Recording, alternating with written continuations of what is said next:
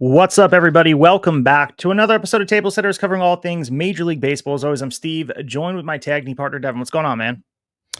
What's up? What's up? Episode 92, I believe, here, creeping closer to 100. Welcome, everybody, to the show. For those of you guys watching on YouTube, maybe, actually watching the video, you get a little extra from me today. I'm sprawled out here with my surgically repaired, torn Achilles. If you're new to the show, you might not know about that, but if you listened the last week or two, you know what I'm dealing with over here. So I'm laid up on the couch. I have to elevate my leg, so my leg is up. You even get a nice little shot of my knee a little bit, a little sneak peek there, so you're welcome. But we're ready to talk some baseball. Our first daytime recording, so we're actually going to get this released, I guess, tonight instead of the next morning. Yeah, we're on the schedule here doing some summertime scheduling for our podcast. A lot of baseball news to cover. But Devin, you mentioned going under the knife for your torn Achilles. Did you have any dreams of grandeur under anesthesia about your New York Mets, baseball, anything out there for you? Not that I can remember, to be honest. It's such a bizarre experience. So this is my first surgery. The whole situation is weird. They gave me a nerve block in two spots on my leg, so I didn't feel anything. And they told me they're gonna put something in my IV that starts making me sleepy. I wouldn't even remember getting the nerve block. And sure enough, that's what happened. Thinking right now, I cannot remember actually getting the nerve block done. I just remembered kind of being wheeled into the operating room and seeing a few people, and then that's like the last memory I have. And then you wake up, you're groggy, and this was a outpatient procedure. So once I woke up, I feel like I was out of there in like 45 minutes, and been back home since. But basically tied to the couch for the most part. So this is the most activity that I've done. I was able to get myself downstairs with the help of my wife. Obviously, but yeah, so I'm back down in the basement here, just different background, different spot. Leg is up, not the most comfortable position, but I got to do what I got to do. Happy to be doing something other than being up on the couch upstairs with the leg elevated, basically watching TV on my phone all day. I mean, don't get me wrong, great for content for table setters. I've been killing it on X and Instagram the last few days. Hopefully, people enjoying the stuff we're putting out there. But excited to be recording an actual show and kind of doing something a little different than I've been doing the last several days. So if you want to support our show, Devin mentioned the X Machine. You can follow us at Table Sitters Pod over there and also on the IG at Table Sitters Pod. Support the show. We're posting some graphics up there. Most of the conversation happens over there on Twitter, interacting with shows. That's where we find a lot of our conversation. We pull some of our trade ideas, and of course, we'll be posting polls, etc. So Devin running that machine over there. Good interaction. Get the most out of it right now because Devin's on the IL recovering with his torn Achilles. Yeah, man, ready to interact at all times of the day. Doesn't matter. So hit me up on Twitter or Instagram. So we got a lot of news to break down here. Of course, we are on approaching the All-Star break, a good barometer of where we're at in the baseball season. But let's get into our opening say, discuss what's on our minds.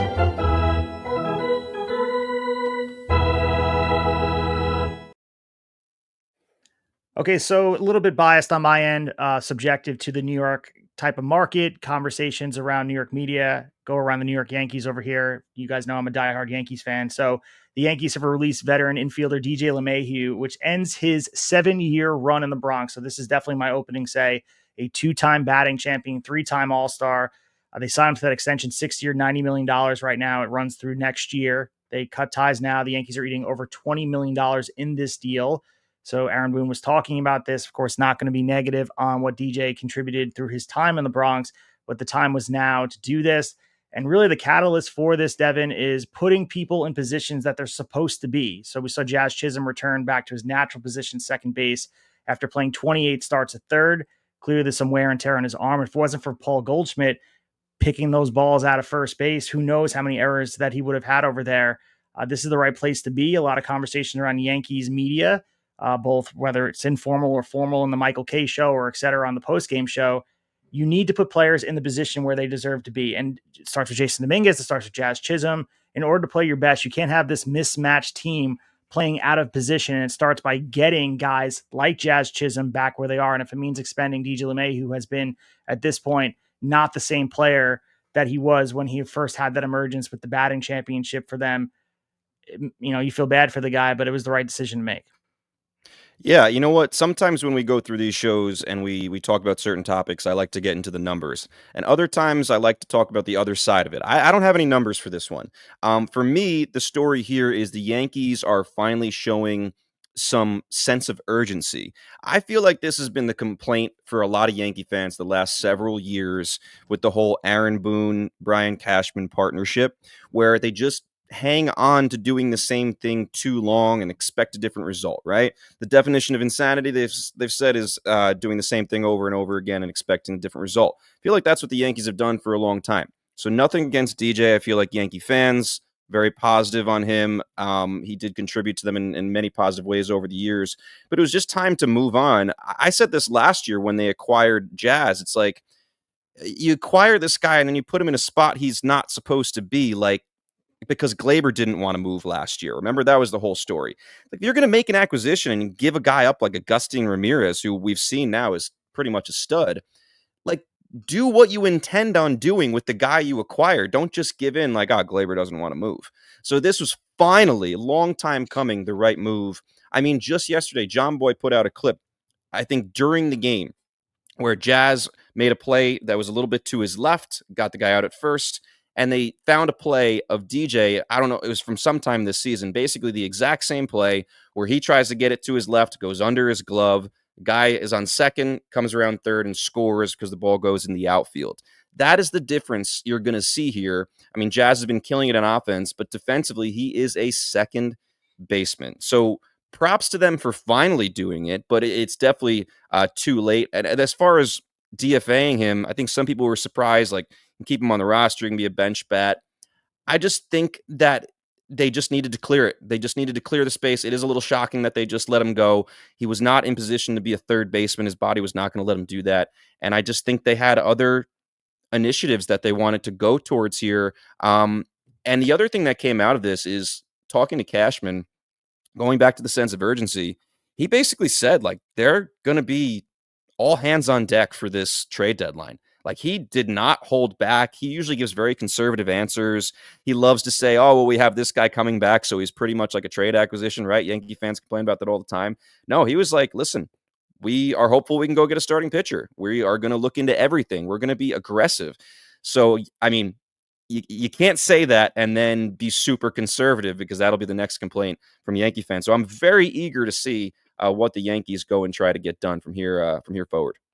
Yeah, and I think the underestimated nature of the Yankees front office about playing positions out of order and finding people in different spots. You can't just take a guy that is by definition a second baseman and put him at third and act like these pieces will work. It's been, like you said, the definition of insanity. The Yankees have the same problems year after year, and I think part of the Cashman coming out has been very vocal on New York media. If you guys are not local to New York and listen to the Fan and ESPN New York and just listening to what people are saying, there is a clamoring of negativity among the Yankee fan base because of things like this. So I think this DJ LeMahieu move was directly resulting in a lot of things that they're hearing because people are being critical of Aaron Boone's approach following being swept by Toronto, losing 2 out of 3 to the Mets, dropping out of first place. And there is struggles. You don't want to hear the quote over and over again if it's right in front of us. And there's a lot of good things to look at. And those type of things that really anger fan bases and some realism, a dose of realism from this front office is what's needed. And I was very refreshing from Cashman. You mentioned not having the numbers in front of you. And if you look at just outs above replacement, you have, looking at the defensive numbers for Jazz Chisholm, offensively, stud. This is guy's a catalyst in the lineup, but you're looking at the defensive numbers at third and second. It's bar none. He's a liability at third, -3 outs above replacement. What are we looking at there? And looking at the second base +3. So it just makes sense to put these guys in the position they're supposed to play. His arm is not suited to be a third baseman. You can't just put these guys like sim characters in the spots on the field and act like it's going to work out. Time after time, it shows defense is liability. We saw it in the World Series on the biggest stage. They were embarrassed. Didn't we learn our lesson? Put the guys where they're supposed to play. Yeah, it seems like the Yankees management eventually gets to the right answer.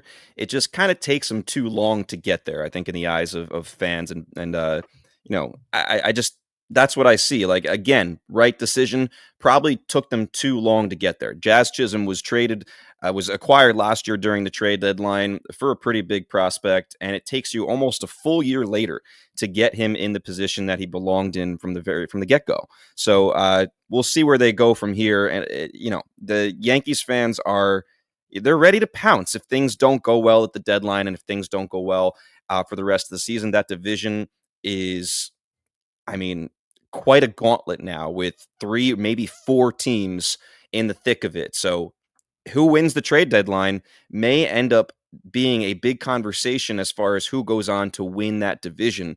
I think the Blue Jays are going to be super aggressive, or at least try to, at the deadline. The Red Sox are a complete mystery. Complete mystery. I think they almost hold the keys to the deadline for the rest of the league with what they choose to do.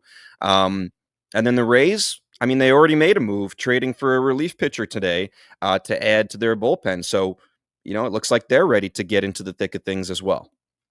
And at least for a month, we'll have Oswald Peraza playing third for the Yankees, but I do not think that's the answer for the season. We'll get into the segments, a special take a pitch swing away, where we take Jeff Passan's article that just dropped this morning, talking about the best fits for certain players for the contenders, and do those deals make sense? So I have the list. Devin does not have the list. I'm assuming you didn't read the article quite yet. So I'm going to give you the names. You say if you believe it's the best fit. And spoiler alert, there is a third baseman that he's looking for the Yankees to acquire. And I think it makes the most sense, because Oswald Peraza, as much as I love him, and has a midseason slump, and he's going to be defensive upside versatility for them, playing third, second, and short throughout this year. He's not your long-time answer for a World Series contender. And if the Yankees want to fancy themselves one, they got to get a proper third baseman that has a little bit of more bop than that. I have a feeling I know who that third baseman is going to be, but I will hold off until the segment. All right, so let's get into your opening say here, what you want to discuss. All right. So for me, I wanted to start with some positivity. I feel like so often on this show, on other shows, on Twitter, everywhere, we're constantly talking about pitchers injured, going down, going out for the season, going out for half the season, being gone for a year and a half sometimes, Tommy John surgery. Finally, we're in this place, and hopefully we're not jinxing it here, where we're getting some returns. We saw 2 over the last few days. Brandon Woodruff looked excellent in his return after a long time out for the Brewers. And then Tyler Glasnow, who's been out for a long time with different things going on, comes back, goes 5 innings pretty strong. So good things there. And there's more on the way here, some a little further out and some right around the bend. So for my Metsies, you got Kodai Senga coming back this Friday. No rehab assignment. He's coming right back. I believe I shouldn't say no rehab assignment. I do believe he pitched in 1 minor league game, but he's coming back on Friday. Sean Manaea expected to maybe piggyback with Clay Holmes on Sunday right before the All-Star break. Manaea we have not seen all year. So big for the Mets to get those 2 guys back. Luis Heel for the Yanks, a little further away, but we've started to see some positive updates on him. He's a guy who could be much needed for the New York Yankees going forward, even if they do acquire another arm, especially with Clark Schmidt going down. Shane McClanahan pitched an inning the other day, so baby steps for him, I'm sure. But if you can add that guy, even like mid-August, to a Tampa Bay Rays team that's already pretty formidable, pretty good there. Blake Snell, just about to start a rehab assignment for the Dodgers as well. So you get he and Glasnow hopefully back. Snell a little further down the road, obviously, and we'll see if those guys can stay healthy. Even Shane Bieber, we've started to get some updates that he may be ready to start on the road back as far as a rehab assignment soon. Maybe we see him sometime in August. So it's just fun to start to see some of those updates instead of this guy's elbow, this guy's shoulder, this guy's hammy, this guy's out for 2 months, this guy we'll see next year, this guy we'll see in 2027. Finally, we're starting to get some updates of guys that we haven't seen for a while that are coming back in the thick of a playoff race. You felt like it had to even out in some way, because just the avalanche of injuries just continued to just snowball over and over again. So it's nice to see some of these big arms and just really players in general getting healthier. There's word that Bregman should be back this weekend for the Red Sox. We saw the return of Corbin Carroll recently.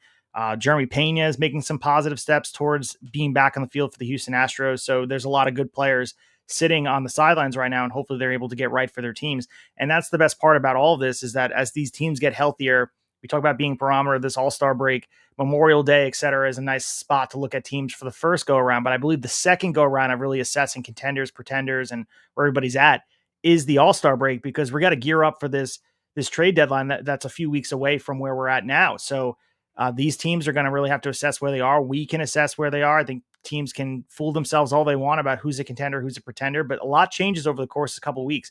If you would have told the Toronto Blue Jays they'd be sitting where they're at this point 4 weeks ago, I think they'd be shocked to hear that. But they're all of a sudden becoming the darling of Canada right now. There's a vibe going on. And I always reference Divine Sports Gospel with San Diego Padres, and vibes are important. And right now, the vibes are riding really high in Toronto. They're Canada's team.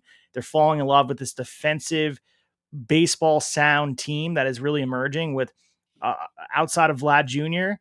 And maybe an emerging George Springer. Not a lot of star power, but they're doing it in a way that is defensively sound, and baseball minds are like, especially we just talked about the Yankees not playing in position. The Blue Jays is a direct opposite. They put guys in the spot to be the most successful, and seeing what they've done thus far, they put on a clinic against the Yankees in Toronto. Watching what they did, just they outplayed them, outclassed them in every single way. And as a Yankee fan, you got to just tip your hat. First time ever the Yankees have ever been swept since.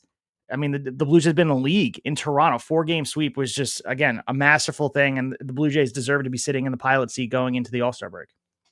Yeah, and this season feels like more than ever a season of runs. We've seen so many different runs from different teams. Like you go to the NL East, and the Mets have made some runs where they've separated themselves, and then they go on a losing streak, and the Phillies go on a winning streak, and it goes back and forth every time. It looks like someone's going to get a comfortable lead. You blink, and they're tied at the top again, and that's basically where we are right now in the NL East.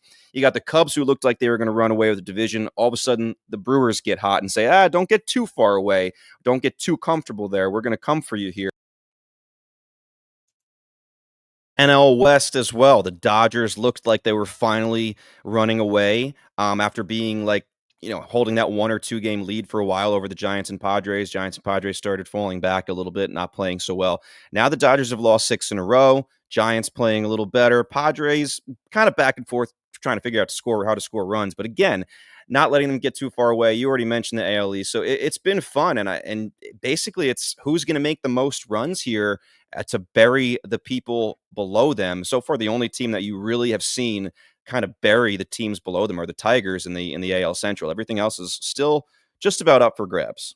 100%. With that being said, let's move into the week ahead and talk about the meat of the order and all the things happening around Truist and all this stuff in Atlanta.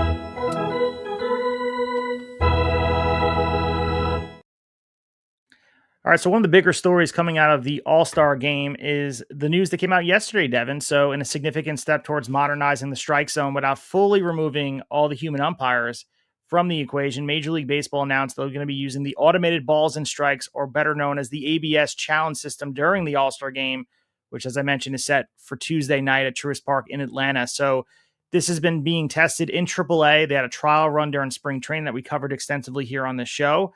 This is now being showcased on a big stage. Let's be honest here, a chance for fans. And I'll be honest with you, there's a lot of positivity around this. There's a growing fan support for the ABS system.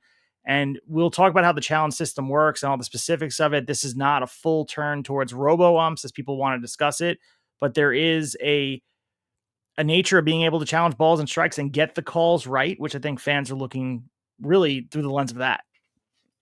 Yeah, so this is what I'll say. I don't have super strong feelings about this either way. As far as the ABS system as a whole, we watched it in spring training. To me, it reminds me of tennis. If you've watched tennis over the last probably 10 years, maybe more, that they've been doing this, where if a serve is called out, they can quickly challenge it, and everyone sees it on the screen, sees if it hits the line or not. It got a piece of the line. It's very similar to that. Batter hits their head, right? And it gets done very, very quickly. So I don't mind the idea of it. I don't love it. I think it's going to take getting used to. But in that respect, once it's put into effect in real games, I think it's just going to be like a lot of these other changes. Like at first, some of us might be a little resistant, and then we're going to get used to it, and we're going to realize, it doesn't change the game all that much. And at least there aren't as many of those egregious calls that are just changing the game in one way or the other. As far as using it in the All-Star game, I don't love it.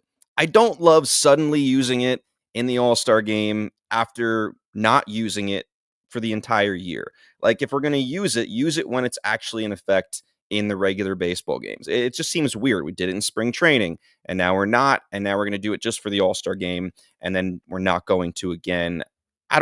I don't see the point of it. It's not like you need to test it out more. The All-Star game is not really a place to test things out like that. You've been testing it out in the minors forever.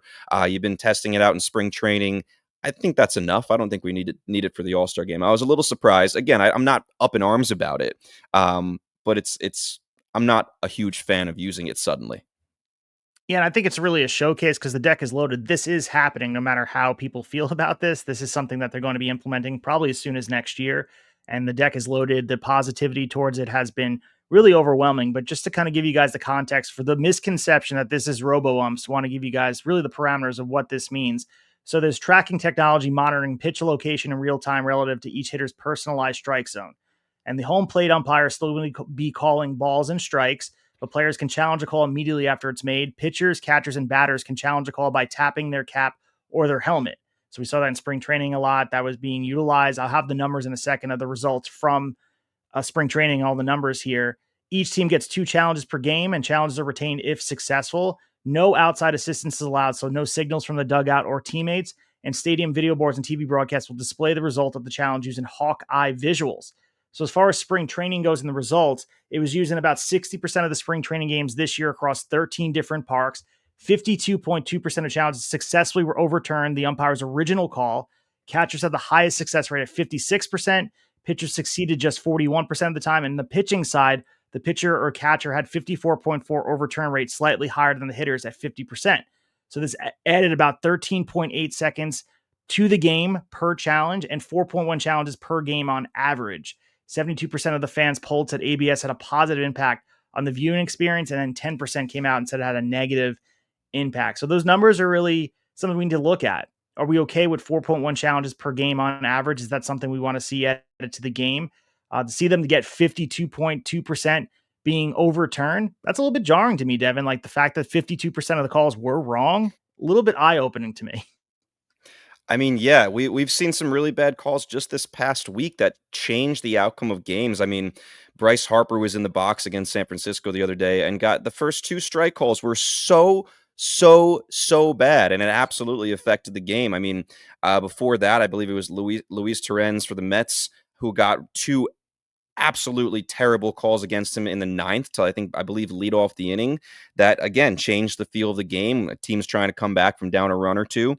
So in that regard, I'm glad more calls will be corrected and there'll be less moments where you're like, wow, that completely changed the result of the game. Again, the only thing that sticks out to me is like I just think it's a little strange that they're including it in the All-Star game, but not the biggest deal in the world. Yeah, I think really this is a showcase for them, as I mentioned. I don't know if this is so much testing or a trial run. I think the decision is already made. There is word that the MLB's competition committee will be meeting this summer, later this summer, August ish, to talk about is this going to be implemented league wide. And it would not shock me unless something egregious happens during this in a negative fashion, which I don't think it will, because the goal is to increase the accuracy of the calls from the umpires. And I think we're on the track to eventually getting a fully robot umpire, and that probably won't happen within the next 5 years. But I think this is a nice compromise to really fix an issue, to get these umpires to make the right call, hold them accountable. I think we see a lot of that. You mentioned just some calls this year, but you can think of some really big moments that were changed with a ball and strike call either direction. And it's not a good thing. You don't want a game to be that. That is the narrative of if this would have went my way, it would have happened in a different direction. I know there's some fans that romanticize the idea of a bad call, the human element of baseball. But we need to move away from that. This is technology. We have the ability to get the calls right, and you should, as long as it doesn't interfere with the game at a level that just becomes overbearing. Adding 13 seconds to a game doesn't seem like it's that much, but I think baseball needs to really work it out where there is a seamless system. We see it all together. Hockey has a review system, football has a review system. They have review systems in baseball in place, but the most important thing to get done is the balls and strikes. It is about what we're doing here. So I think this showcase on this big stage is why it's here. But I think it's a milestone for them. They want to showcase their new toy, and I think that fans will get a front row seat to the future of the pitch calling and balls and strikes as we know it. Because make no mistake about it, Devin, this is happening. Whether people like it or not, the rubber is meeting the road, and we're just about getting in the car and getting the key in the ignition at this point. Yeah, it's gonna happen.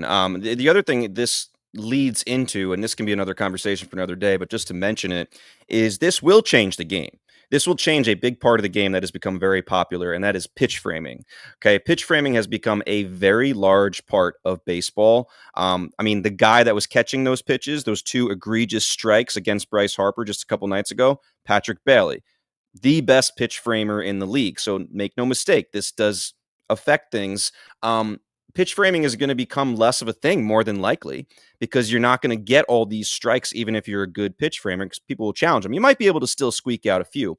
And what that changes, a lot of catchers have now been taught to kind of catch from one knee, and they're not being taught to block balls in the dirt the same way. And that drives some old school guys crazy. People, they're trying to backhand it instead of getting their whole body in the way. So this does have a domino effect in a way of maybe it goes back to a little bit of the old school. All right, we're not going to do it that way anymore because we really were doing it for the pitch framing kind of possibilities. So you do wonder how it'll affect catchers going forward and their value. Like, is a guy like Patrick Bailey paid as much if pitch framing isn't as big a deal anymore? I don't know. So it does have some effects that way, but maybe a conversation for another day.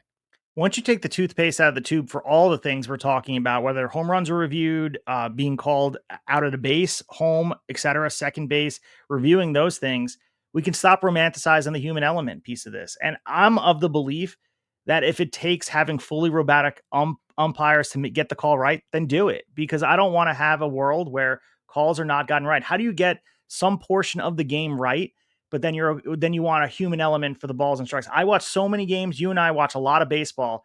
These umpires, there's an egotistical nature of getting these calls and removing really the subjective nature of some of these calls, whether it be like, we watch we watch a lot of these broadcasts, and I know Yes Network has it where they have really rating where the umpire is. Is he pitcher friendly? Is he hitter friendly? Is he more neutral? We shouldn't be having that conversation because the strike zone should be really just an objective point of view of what's a ball, what's a strike. And I think we're getting closer to that. And, baseball's removing sort of this narrative of they want to keep the old guard in place.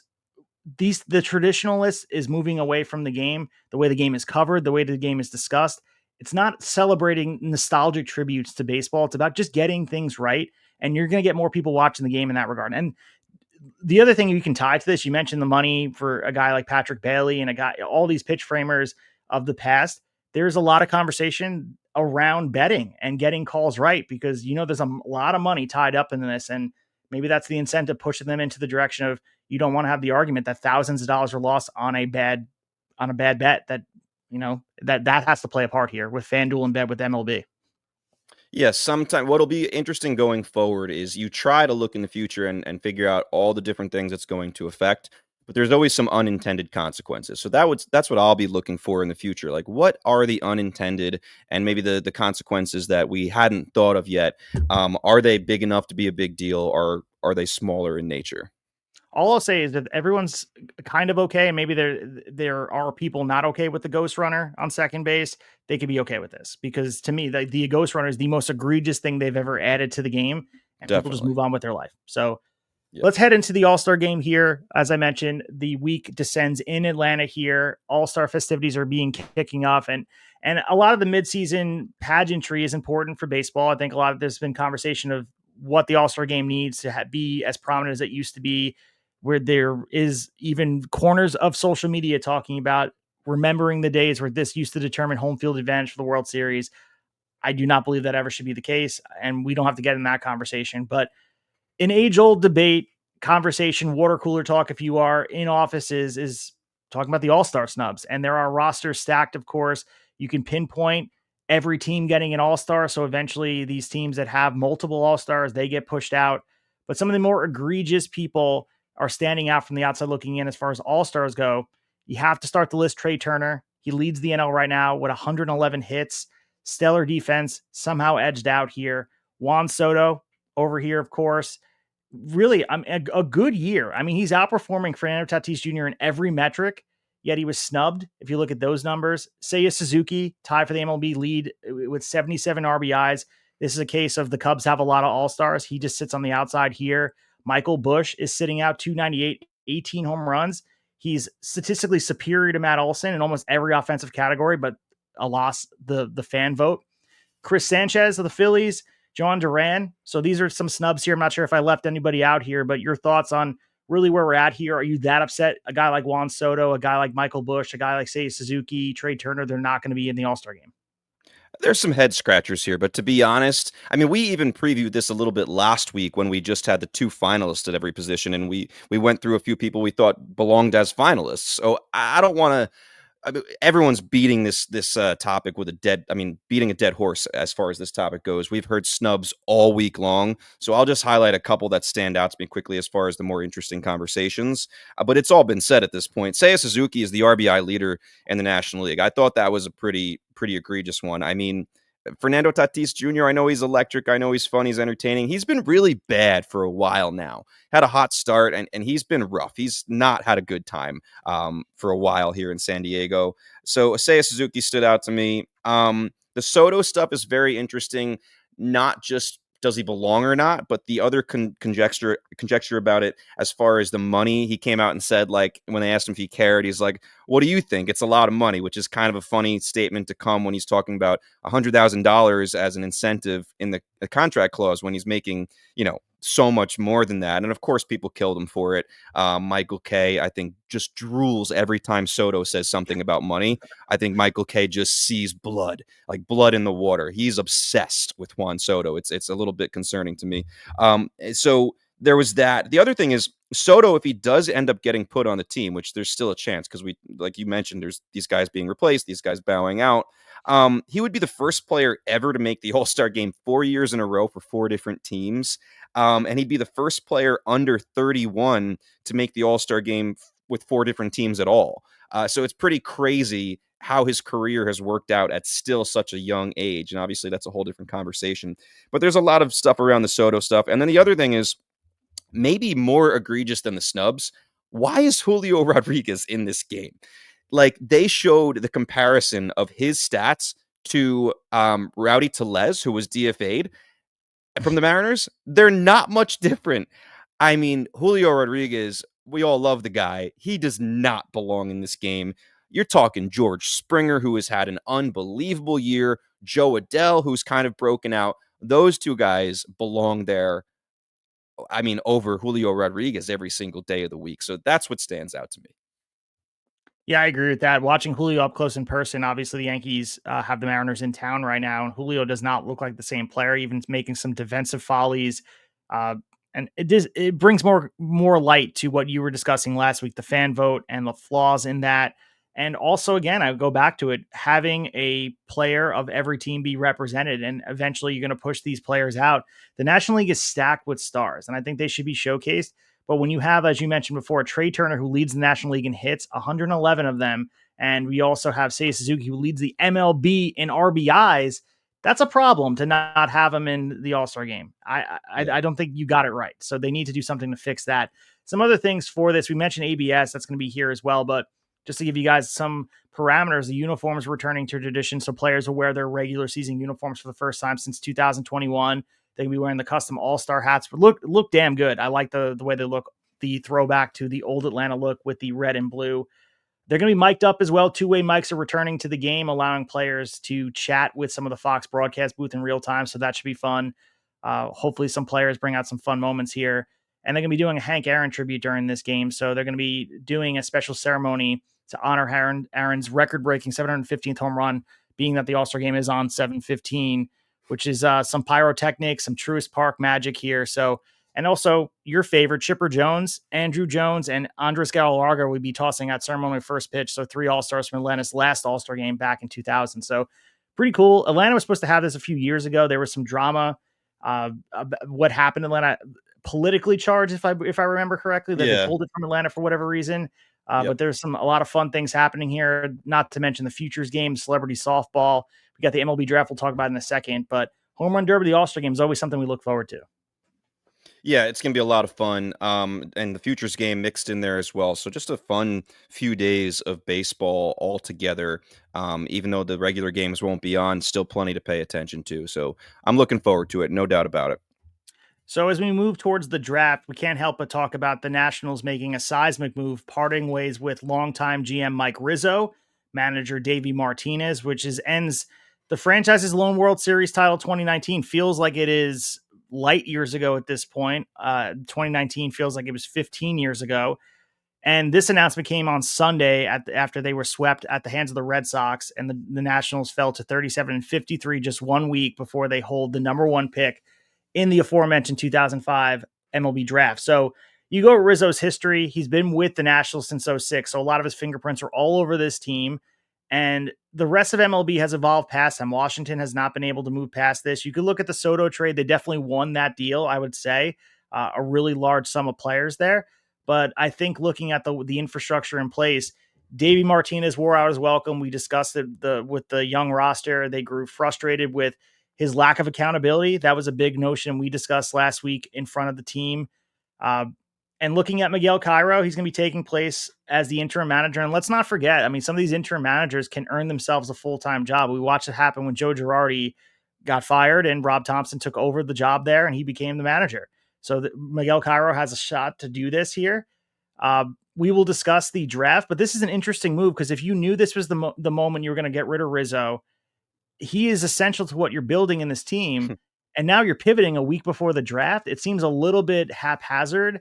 Maybe they were getting rid of Davey Martinez based on the comments he made. So like, let's just pair them together and get rid of them. But not the move you kind of want for consistency. And the Nationals were a little bit of the apple of preseason eyes. I'm talking about the young talent there, and conversationally, they have not performed. And both these dudes are being held accountable.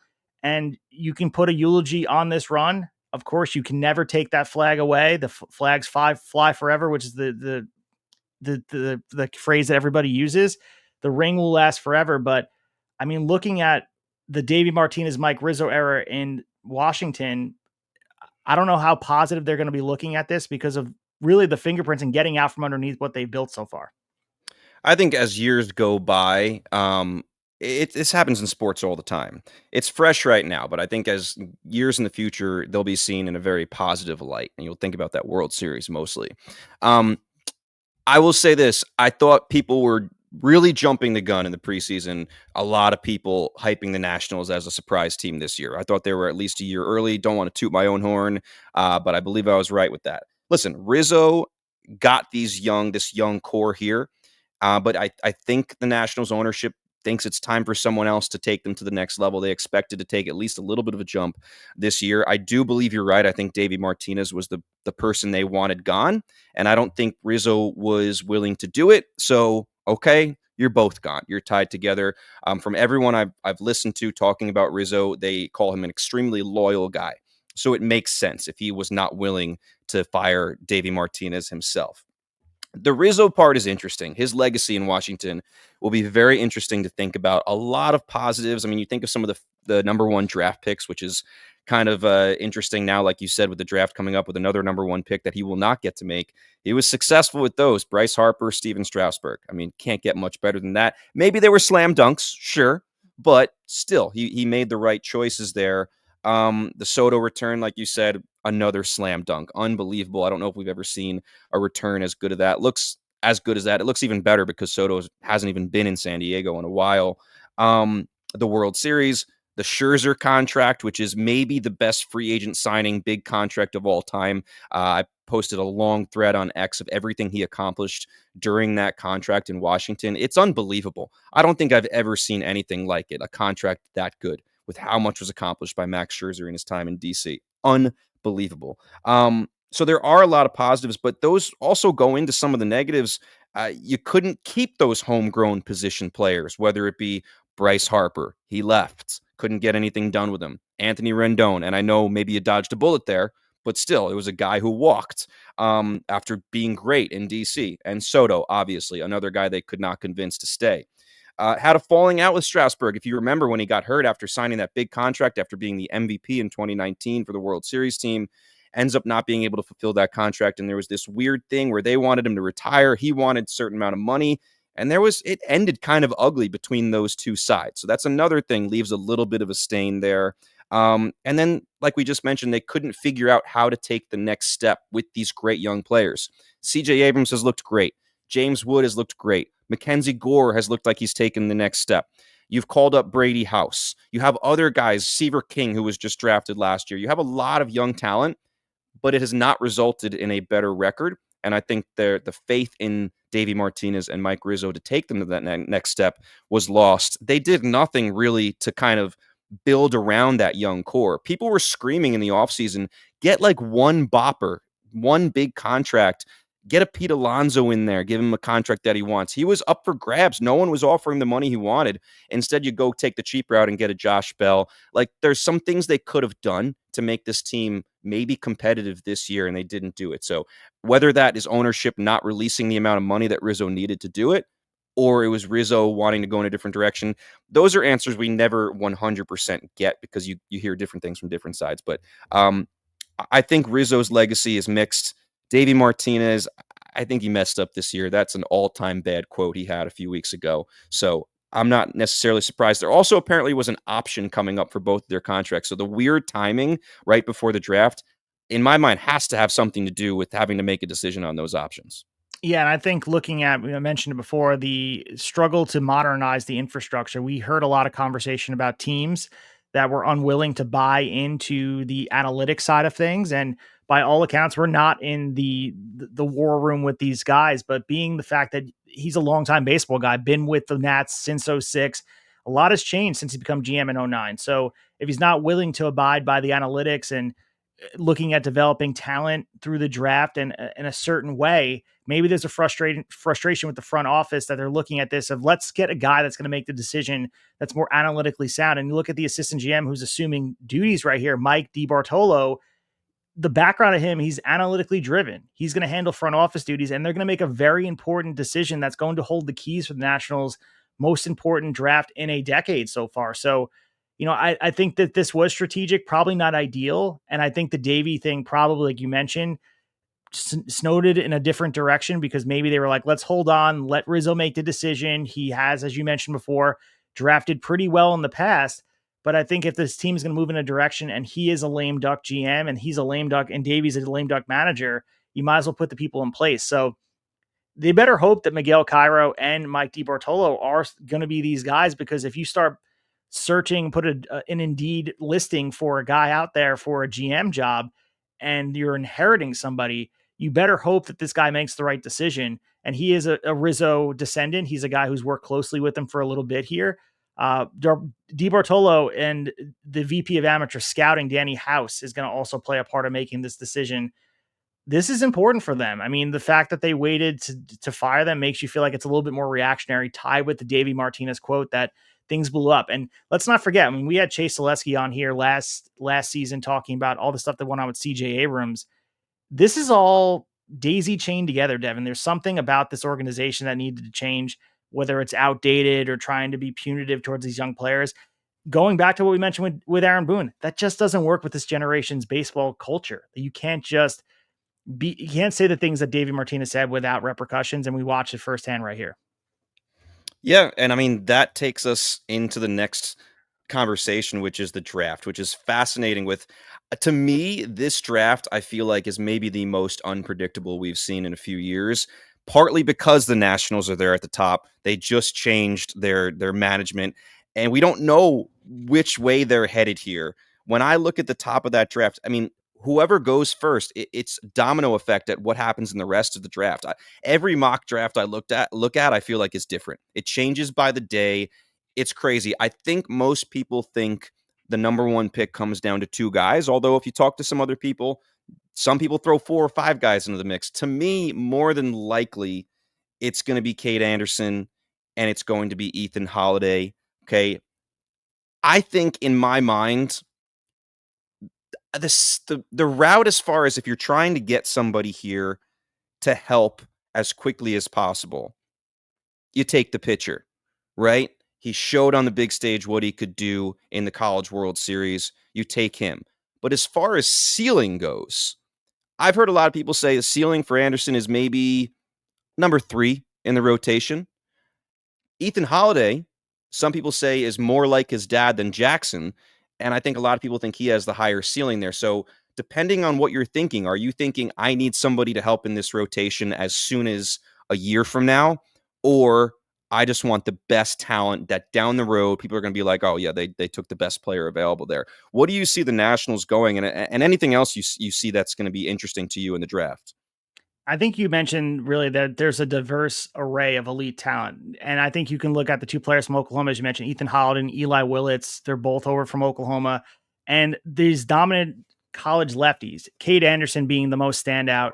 He is a guy that is the most, to me, poised frontline starter, maybe a 2 or 3, as you mentioned, big game credentials. This is a guy who's considered by everybody to be the top college pitcher available. But the thing is, returning from Tommy John, he threw 2 complete game shutouts. He was the most outstanding player honors in the College World Series. LSU is a factory to create great players. I think they go Cade Anderson. It would not shock me to go Ethan Holiday because this is another player here that's from the archetype of, to me, like you mentioned, his father, but also like a Trey Turner, shortstop, third baseman type of guy, tools. I think there's a bloodline maturity to thrive at that level. And there's something to that. Uh, the raw power from both sides. I think he's, the fact that he's a switch hitter, high baseball IQ, and the scouts are projecting some of the numbers you're looking at 25 to 30 home runs with potential and a possible move to third base. There's some versatility there. I love the profile of Ethan Holiday. Maybe you get lured into it because, as I mentioned, just the bloodline of, Jackson, and of course, his dad, Matt. I also love Eli Willits, man. I think he is the son of a former big leaguer as well. Reggie Willits. I think people don't talk about it as much because it's not the same family as the Holidays, and there's a little bit more of the sitcom level of a reality TV show with Jackson, Ethan, and Matt could make a really fun documentary. But Eli Willits from Oklahoma, I mean, he reclassified into the draft early and has become one of the most talked about hitters in the nation. One of the more younger players in the class, but I think he has elite upside and versatilities to really anchor an infield. But gun to my head, I'm thinking Cade Anderson gets picked number 1. Interesting. I'm going to go the other way and say it's Holiday, and I'll throw one other guy in the mix. I do not think this is the Nationals pick, but as far as I said, Holiday might have the highest ceiling. There's one other guy as far as high ceiling. It's on the pitching side. Seth Hernandez, high school pitcher, best high school pitcher in the draft. Most people don't have him going until closer to 10, 9, 8, 7, somewhere in that mix, but I think some people could get tempted by this dude. 6'4", still growing into his body from Chino, California. Was named Gatorade National Player of the Year 2025. Apparently, he has multiple teammates that are going to be drafted as well, which is another kind of cool story. But to me, he's somebody to watch. I think someone's going to be lucky to get him. But again, you take a high school pitcher, it's a longer road till we see them in the majors. Some other guys I'm watching that I personally love, just quickly before we finish the draft conversation. Merrick Houston out of Wake Forest. Someone's going to be lucky to get the guy. I think he's just going to be a solid player for a long time. Almost reminds me of like a Dansby Swanson type, just a dependable dude. Might not blow you away with certain numbers, but I feel like it's just going to do everything well. So Merrick Houston is someone I'm watching. I've seen him connected to a few different teams in like the teens between like 15 and 20. Gavin Keelan, Tennessee. I think someone's going to be lucky to get him. Curious where Jace Laviolette goes. I mean, this time last year after the draft ended, people were already talking about next year's number 1 pick, Jace Laviolette. Things didn't work out for Texas A&M. Things didn't work out for him either. He's fallen down maybe in the 20s, but someone could be lucky to get him way further down than anyone thought a year ago or even a few months ago as the college season was beginning. And then the Orioles are fascinating. So they made that trade today to bolster their bullpen with the Rays.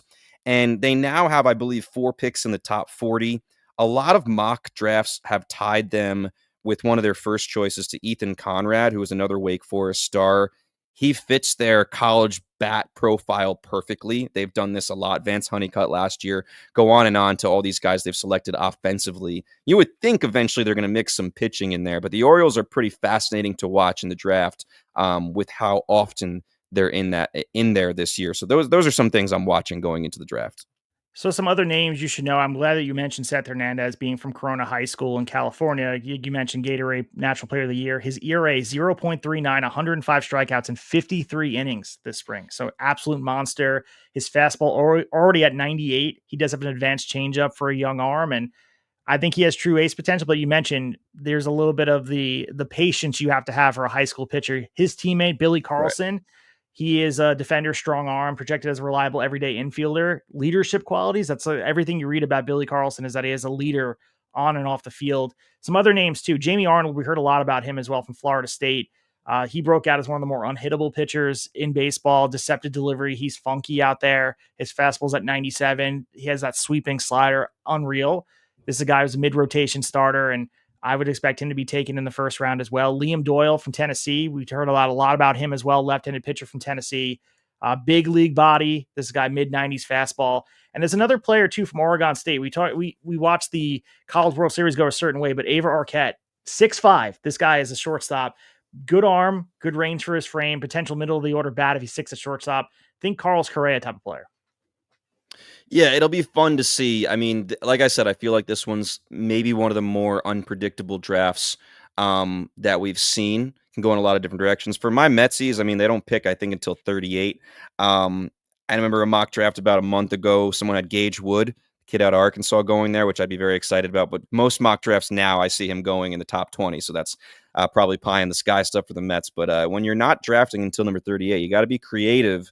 So I'll be interested to see where they go, but it's going to be a lot of fun watching that.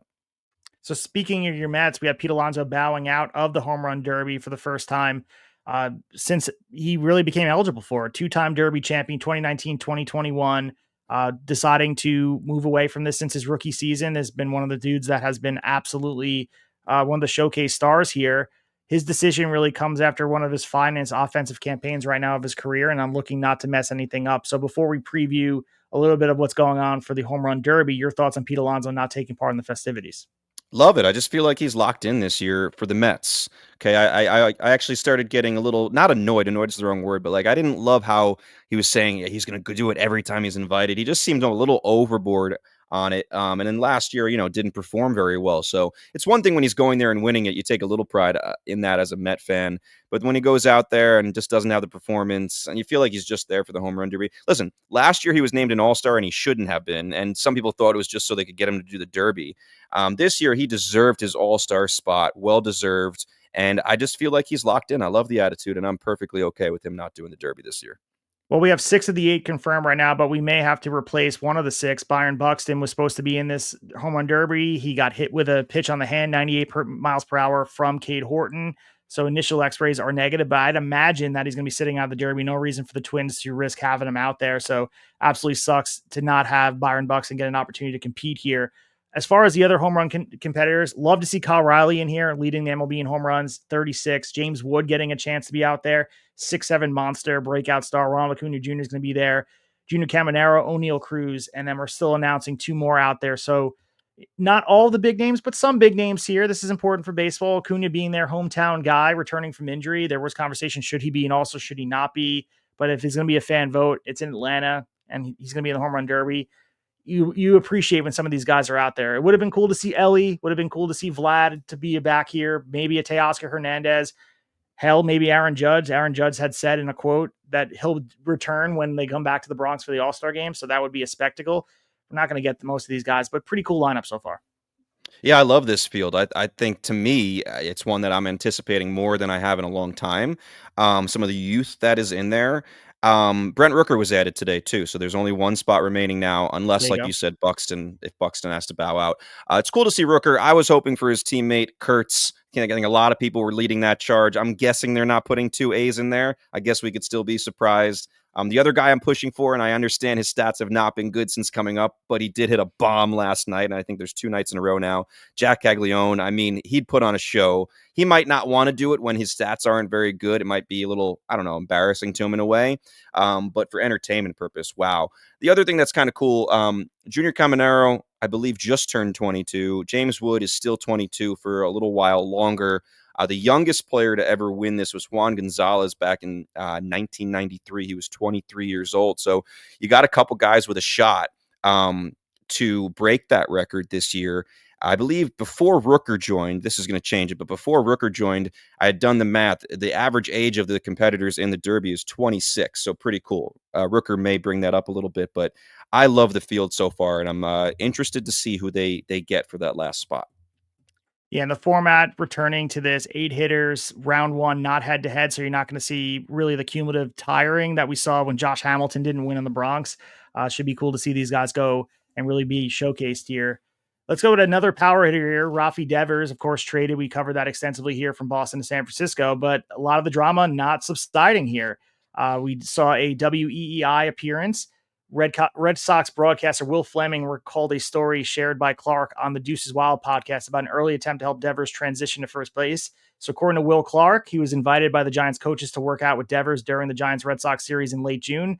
However, Devers reportedly didn't show for 3 planned morning sessions. So, Will Clark wasn't negative about this, so people are making it about Will Clark calling him out. It's not. If you listen to the audio, it's more about, we gave him the opportunity, but he didn't not show up for 1 time, 2 times, but it was 3 times that Devers left Will Clark, absolute legend, stranded, not coming out there to practice first base. Yeah, it's not a good look. This is just a story that will not go away. Rafael Devers, this year since preseason, basically, we've been talking about him. There is one part of the story that I think is interesting. It sounds like Devers' communication is terrible. I think we can agree on that. It sounds like it's really, really bad. But I believe these 3 sessions were planned for the weekend that the Red Sox were in town. So there's Yes. part of this where Devers may not have wanted to go practice at first base after giving the Red Sox such a hard time in front of his old team. Like, even though they just traded him, he may feel like that is a little disrespectful or like rubbing it in their face. With that being said, you got to communicate with your new team or with the legend that is Will Clark. Like, hey, I'm not comfortable doing it. Let's push it back to the next series or something like that. But I mean, Devers has to work on the communication so we can put all this aside eventually. I mean, that was what Will Clark's quote was on the podcast. He said, quote, he didn't want to go out and be 20 feet in front of their freaking dugout with Right. what went on in Boston. I completely understand. But also, Fleming was talking about this story to really illustrate the challenges of the Red Sox. And it does feel like he did say he wasn't trying to push a narrative about it, but it definitely felt a little bit like that. Like, why are we discussing this? I understand it's good pod and it's good conversation, but I don't know. It felt a little bit like underhanded. Like, see, we made the right choice getting rid Of of him. course. That's what it felt like a little bit here.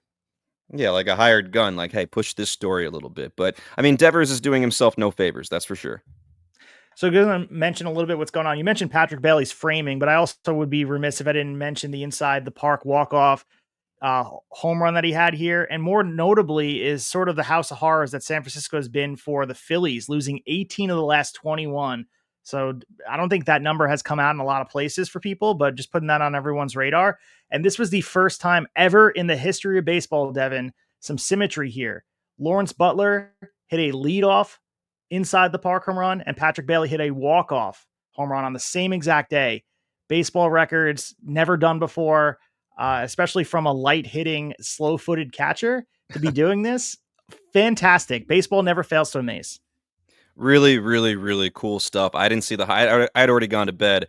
I didn't see the highlights the next morning. Just electric. If you watch it, Bailey absolutely crushes the ball and actually takes a few seconds to watch it, thinking it's out, and then remembers where he plays, Oracle Park, and starts taking off and still is able to make it home easily with the crazy bounce it took off of the top of the brick wall out there in San Francisco. One of my favorite nuggets about it, I tweeted about it, is StatCast had this listed as out of 29 out of the 30 parks, the only park that it wouldn't go be a home run in, Oracle Park. Well, jokes on you, Statcast. It still was a home run, just turned out to be an inside the park home run or at Oracle Park. But I just feel like we might never see that kind of thing again. 29 out of 30 parks, but it actually was a home run in that park that it was not supposed to be a home run in. Just crazy stuff. And as a walk-off, just when are you going to see that kind of stuff? Just really, really cool. And I will say, the Giants taking those first 2 games against Philly, Philly was reeling a little bit because they lost the first one kind of due to some really bad umpiring, and then they lose that one in that fashion. They come back in game 3 and absolutely crush Justin Verlander and the Giants. And I don't know if you have anything else to say about Bailey. I'll let you say that first. I just want to talk a little bit about Bryce Harper's quotes before we move on past the Giants and the Phillies. I mean, this game was in the bag for the Phillies, and they had 1 out, leadoff double by Casey Schmidt, 1 out single by Wilmer Flores, and the first pitch to Bailey, game over.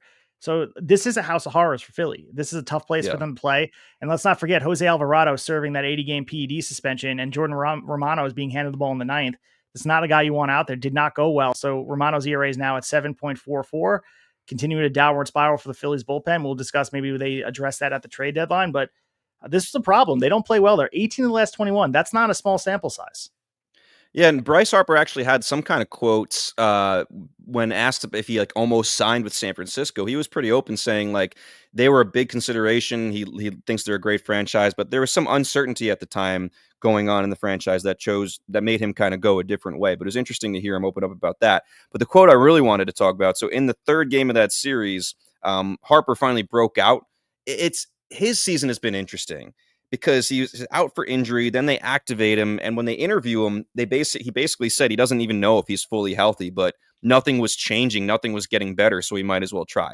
Not the most doesn't make you feel super confident as a Philly fan that he's okay to be out there, but he looked great in that game. His first, and this kind of jumped out at me, career best, maybe not the first, but the career best 4 extra base hits. So maybe he's done it before and matched it, including a home run. And this was the quote afterwards. He said, "I'm really good. I mean, I really am. I don't want to put that out there and everybody go, what's he talking about? But I know when I'm going well, I'm one of the best in baseball. I'm healthy. I'm strong. I feel great." To me, it almost came off as he was trying to convince himself that he still is that guy. And, maybe he hasn't felt as strong this year and he's finally starting to turn that corner and feel it. Yeah, I think when Bryce Harper is right and we talk about free agent deals, I can't remember a better fit than Philly and Bryce Harper. I know that we talk about a lot of good free agent signings. Harper and Philly are like peanut butter and jelly. I don't know why. He's a Vegas kid, like he's not from Philly, but there's a love in his eye when he talks about the city of Philadelphia. Do you see that, dude? Like I feel like he loves what he does in a Phillies uniform. Yeah, he just did a very good job from the get-go at embracing everything Philadelphia, whether it be the fanatic or the attitude, anything. He's just done a really good job of that. When he first signed there, it didn't make sense to me at all. I didn't based on his time in DC, being choked out by Papelbon, like that's what we remember partly. I didn't see him as a good fit for Philadelphia, and I've been completely wrong about that. He's been perfect, but I think a lot of it has just been embracing everything Philadelphia since the second he got there. So, not going to spend too much time on this one, but the Cleveland Guardians pitcher Luis Ortiz was placed on administrative leave Thursday as MLB was investigating allegations surrounding some suspicious gambling activity ties to his recent starts from June 15th versus the Mariners and June 27th versus the Cardinals. So, bets were made on first pitch of these games here, and he threw a slider well outside the zone on the 15th, raising red flags. And on the 27th, one was a broadcaster actually jokingly quoted the film Major Leaguer calling it just a bit outside. So, clips of this pitch was circulating online. So this is, tied with some of the stuff we talked about with Shohei Ohtani, talk about you go all the way back to the Black Sox scandal. But when you have people in bed with FanDuel and DraftKings, these things are going to come up because a lot of money is on the line. And when you have gambling related concerns, they have to act on it quickly. And Luis Ortiz, unfortunately for him, he's going to be made example of. I mean, this is fascinating to me that this was caught, and this should be a warning to everybody else that, hey, they are watching carefully. I don't know if it's people working within the betting, like if like DraftKings and FanDuel and all those companies have people that have to watch for this, or if it's actually the MLB having people watching for it, or what it is. But it's fascinating that they're watching it this carefully, and you kind of have to because otherwise people are going to get away with some crazy stuff, right? If you can bet on first pitch being a ball and you're the pitcher and it's like randomly in the third inning. Oh, like no one's actually paying attention to this. I'll just throw it way outside. I don't know. It's fascinating and it's comforting to me that they are watching that much detail because we've said before, we've had other conversations and other stories about this where it could very easily get out of hand and snowball into something that we talked about unintended consequences earlier, something that we didn't picture when this was first legalized in a lot of places. But I'll be very interested in hearing what the outcome is for Ortiz. Can they prove him guilty here? Is it just happenstance? But apparently there was an influx of money randomly for that third inning first pitch, which seems kind of, out there, and it caught someone's eye, so it got their attention. I don't know. So if Major League Baseball finds that he did engage in betting or game manipulation, they do have the harsh penalties, and they set precedent in 2024 where they banned Tuku Pita Marcano for life for betting on his own team, and four others received year-long suspensions for betting on baseball, though not for their clubs. So they're making examples of players. If your name's not Shohei Ohtani, you don't get a pass here. So I have to throw that slide in there. There's been a lot of discussion of everything with that, but you're going to get caught. And to watch them egregiously be thrown the way they were, you got to be smarter than that, dude. Come on. Yeah, if he really was doing it, he didn't do a very good job of trying to hide it at all. So our last conversation here in the meat of the order, just talking about the Dodgers. You referenced it before. You mentioned people coming back. Tyler Glass now returned to the mound for the first time since April, but the LA Dodgers can't get out of their own way and find their way back into the win column. So they now dropped 6 straight games. We saw Jackson Chourio hit a first career MLB walk-off, which was a hit single in left field, which was a little bizarre that it was his first walk-off. I could have swore he had one before this. Uh, but the Dodgers a little bit on a slide here watching what's going on from afar. Are you concerned about the Dodgers objectively? And do you believe that this is something that they need to get ahead of before it spirals into something worse? Not mega concerned, but there's a couple things to take seriously here. I mean, so like you said, they've lost 6 straight. Their lead is now 5 games over San Francisco, 6 games over San Diego. Here's the thing, they're so deep that you gotta feel like the only thing that could actually hurt them is if 1 or 2 of their stars start to regress. So when you talk about stars, you talk about Shohei Ohtani, Mookie Betts, Freddie Freeman. You could even talk about Will Smith, Teoscar Hernandez. Teoscar Hernandez, I think, was named an All-Star as well, has not had a great year, has not even been healthy at times. Um, Will Smith's been great, maybe the best player on that team this year. Freddie Freeman and Mookie Betts is a legit conversation to have. I've posted about Freddie a couple times on X the last few weeks. If you watch that Brewers game, man, which I did in the afternoon, I'm a Tyler Glasnow owner, finally returning as far as fantasy goes. The announcers were talking about it too, saying like this is as bad and as lost as they've ever seen Freddie Freeman look. He looks rough, and if you look at the splits month by month, this is not a short story. Mookie Betts, we know how his season started with the stomach bug or whatever it was, where he lost a bunch of weight. I feel like he's still suffering from that. Sometimes when you don't start the right way, you're trying to play catch up the entire season. He's just not been the same guy either. But Freddie Freeman is what's catching my eye the most. And I want to give you some stats here if I can find it really quickly that I posted about. All right, here it is. So March, April, he had a 1.045 OPS, 16% K rate. Really good stuff. Really good start. May, 1.100 OPS. Even better. 20.2% K rate. All right, the strikeouts went up a little bit. Still not bad. June, 557 OPS. You're almost cutting it in half. 22.6% K rate. So the Ks are ticking up a little bit again. July, and I know we're only, July 10th here, but has basically just continued as far as what he was doing in June. 516 OPS, 45.2% K rate. The guy does not look right. I do not know if it's in his head, if it's some kind of health. He said it has nothing to do with health. It is as much of a struggle as I've ever seen Freddie Freeman in. And you got to at least wonder a little bit, are we seeing Father Time start to get to him a little bit? He had the ankle last year. His swing speed is down a little bit this year, his bat speed. So there is something to look at. I mean, he homered on June 28th. That June 28th home run was his first home run since May 11th. So like a month and a half went by. And since the June 28th home run, he has not homered since then. He only has 4 RBIs since then.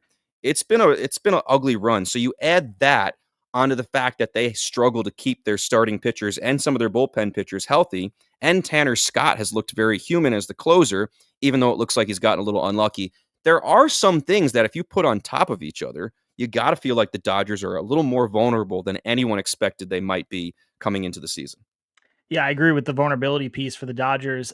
I think a big thing too, looking at it from a lens of just watching both these teams, this just feels more like a Brewers story. But when you start digging deep into the numbers, it feels like LA should be concerned. As you mentioned, they still hold a lead in the NL West, sitting at 56 and 38. They've built a cushion for a rainy day, just like this one that's approaching them. Mm-hmm. But I think the watching what the way they've lost, the bullpen inconsistency, the making errors, which is not Dodger baseball, that Yep. is concerning.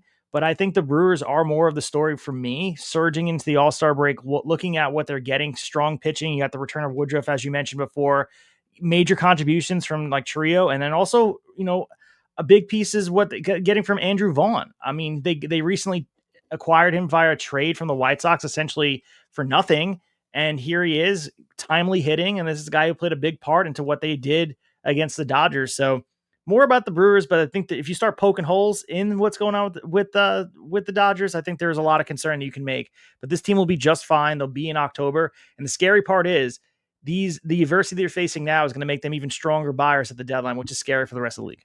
Yeah, and we mentioned Johan Duran from Minnesota. Like, imagine him going to the Dodgers. Since Well, then, now I've seen legit reports about connecting those dots, and it's just like, oh god, I didn't mean to make that happen for real. But just to add to the Brewers, you got to look at them only 2 games behind the Cubs. Suddenly, like, when did that happen? And the Cubs haven't played badly either. The Brewers have just been that good.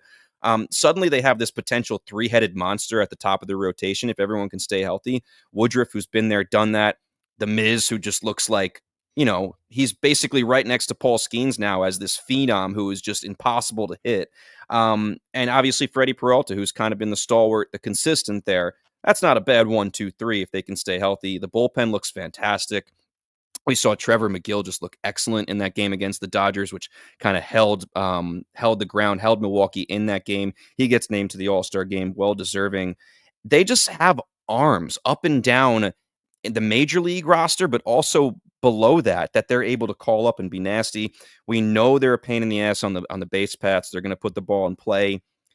Eugenio Suarez, who I have a feeling is going to come up again before this show is over, would fit so damn well in Milwaukee because the one thing they lack is a little bit of bop, right? The only bop they have is Yelich. You don't know if he's going to be able to make it a full season. William Contreras does not seem like the same guy this year.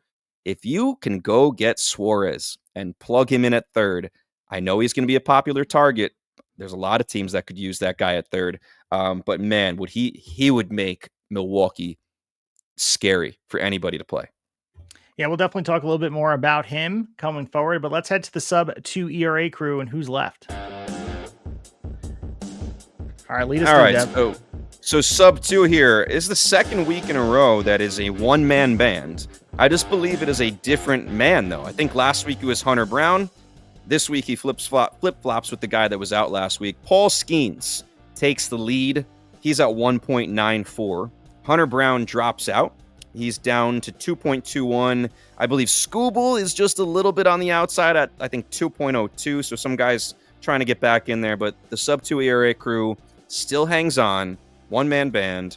Paul Skeens, and a little nugget here. Paul Skeens, I believe his WAR now sits at 4.8. I will double check that. His win total is 4. So the conversation that has come up on social media the last few days is, have we ever had a pitcher with higher WAR than win total?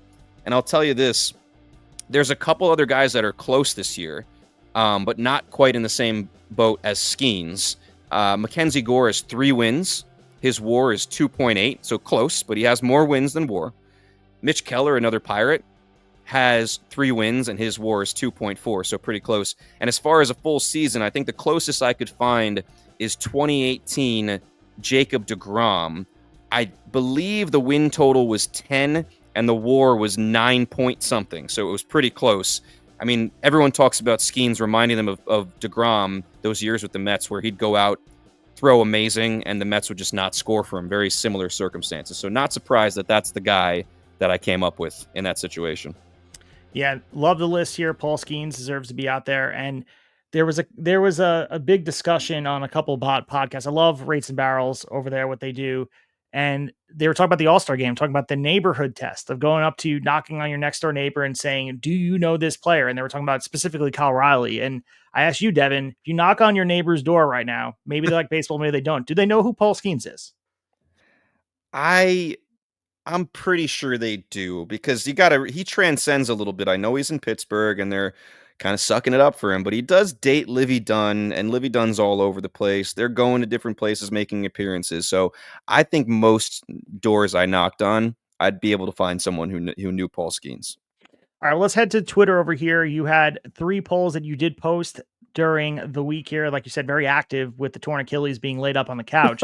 So lead us through these polls and any surprising results on your end. All right, so first one was from maybe just like a day after our last episode where we talked a lot about the AL East. So I posted, who is the best team in the AL East? Yankees, Blue Jays, Rays. Maybe if it was this week, I'd put the Red Sox on there too because they've kind of gotten themselves back into the thick of it. But the results here were interesting. Yankees got 36%, Blue Jays 24%. The Rays won the poll with 40%. I mean, maybe those results would be different if I posted it now, but the Rays got it last week. The other one I posted here is which of these veteran starting pitchers would be the most impactful addition to a contender? Your choices were Lucas Giolito, Seth Lugo, Mitch Keller, and Zach Gallen. This one surprised me a good amount. Giolito only got 9%, which makes me think people are not paying attention to what he's been doing recently. He's been lights out. Excuse me. Seth Lugo, 29%, Mitch Keller, 24%, Zach Gallen, 38%. He wins, which is a surprise. I know he's had 2 good starts in a row, but most of this season has been a struggle. If you acquire him, he is a rental. He's a free agent at the end of the year. To me, to be honest, like Lugo can give you that length. He's been there, done that. Mitch Keller's the younger option with multiple years left on his contract. I would take both of those guys over Gallen, to be honest, but to each their own. If you look at those 4 guys, who are you taking as a trade acquisition for the Yankees right now? I love Mitch Keller, what he's done so far, and I have a close eye on him because I have him in fantasy baseball, so I see just how effective he's been. Feels like he's motivated, like he sees the light at the end of the tunnel that Pittsburgh's going to be a distant memory for him. Does it feels like he's pushing to get this trade? I like the lineup of a Mitch Keller first. I'd love Seth Lugo too. I understand that the numbers aren't as effective as they were last year, but I mean Seth Lugo to me feels like he's an innings eater. He could be a guy that you can rely on. Zach Allen feels like he's more the name brand guy. I think that's why he got most of the Yeah. votes here. He feels like he's frontline starter. You've seen it from him before, Cy Young type of candidate. But all these guys I feel like are really good. And let's not sleep on Lucas Giolito. He's been very good for the last 2 Really, months. really good. Really, really good. And then the last one I posted was which, and this one actually I think might still be live here. Which surging team do you believe in the most as a true contender? Brewers, Blue Jays, Red Sox, Marlins. It's interesting because the Blue Jays did not get the respect in the AL East poll that I just mentioned a minute ago, but they got the respect here. They win the poll with 46%. The Brewers are next with 35%, the Red Sox 10%, and the Marlins, who have been killing it on the road mainly, 9%. Surprised, I thought the Brewers, because again, recency bias, I thought the Brewers, after sweeping the Dodgers, would win this one, but people believed in the Blue Jays when they saw this one. Yeah, I thought this was a good poll here. Recency bias does play a large part of what people do click on here, but I thought it was accurate. There is a lot of belief in the Blue Jays, but all those teams you can make the case for. I happen to be of the belief that the Brewers are more a contender than all the teams you listed, but you can make the case, as I mentioned, what the Blue Jays are doing is sustainable with the defensive metrics and how sound they've been on that side of the ball. That wins you a lot of games, and that's why they're performing above what the projected win total has been with Pagoda, is because of the fact that they're playing so well that they're not letting any of these close games slip out of their hands. And that's the difference in a lot of these baseball games and could be the difference in really a division race for them. And we'll see if they are able to keep it up. There's a lot of guys that are playing above really their pay grade, if we're being honest. But like I said, you have to put some value on the glove side of the ball. You can win baseball games that way. And I think that might be more of the movement we see with these teams because the Yankees have certainly a lot of money invested in these players, but defensively, there's still something missing for them. And I'm not going to go back to the rant I had in the beginning of the show, but it's night and day the way these teams play defense, the Blue Jays and the Yankees. Yeah, it'll be interesting to see. I mean, I keep on going back to that division. I can't wait to see what each of those teams does at the trade deadline. But yeah, Milwaukee is hard to bet against right now with how good they look out there, and they just do everything right. But the Blue Jays are doing the same. They don't strike out. They put the ball in play. They're playing great defensively. They're running the bases. So and their veterans are stepping up and having kind of rebirth seasons. Like that goes a long, long way. And like I said, I do think they're going to add at the deadline. But speaking of the deadline, I am ready for you to bring me these options from this Jeff Passan article that I have not yet read to give you my opinion. All right, so he listed the contenders here. So we will go through all the teams, mention the usual faces here: the Tigers, the Astros, the Blue Jays, etc. The Yankees are certainly on here, and I'm going to start here, kind of building out the context of what he believes they need. And this is all from Jeff Passan's perspective. There's a lot of stuff you can make sense of. And all I'm asking from you is are you taking the pitch? Are you swinging away at this? And do you have a separate option? So if we could speed through some of these, let's start with the Detroit Tigers sitting first in the AL Central right now, going away 59-35. And what Jeff Passan believes, Devin, is that they need a swing and a miss reliever. So he targeted David Bednar of the Pirates, talking about how he discovered his elite form with a splitter, high 90s fastball. The Tigers really can cash in on some of the prospect capital they have to fortify their bullpen without sacrificing the long-term core. So you swinging away or are you taking the pitch?